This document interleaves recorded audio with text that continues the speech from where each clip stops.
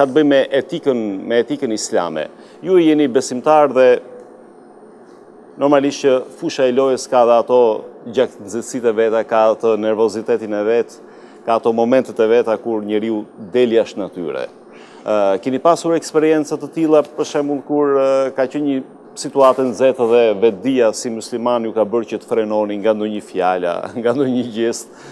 Ka pas shumë raste kur dihet se fusha e lojës është gati, edhe dy ekipe garojnë për rezultat sa më të mirë. Më herët kur ishim më të ri, domethënë para udhëzimit në Islam, domethënë reagonim në mënyra të ndryshme. Sa ndodh se diçka vraponim, edhe për të kacafytur dhe për të qiru hesapet, domethënë me lojtarin kundërshtar. Më pëlqen kjo për të qiruar hesapet.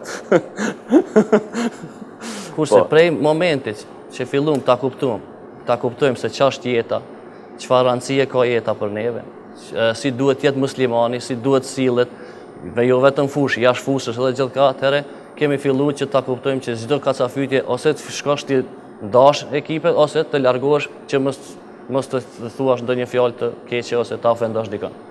A të ka ndodhur dhe ty? Ka ndodhur dhe mund të jemi sinqert, ka ndodhur edhe kur kam bërë edhe namaz dhe kur e kam ditë çka, po çka ka qenë poenta që mas lojës kem kërkuar halalin dhe me atë personin që kemi pas këtu, kam bet aty në fushë, sepse janë ndjenja që shumë vështirë mund të kontrollohen.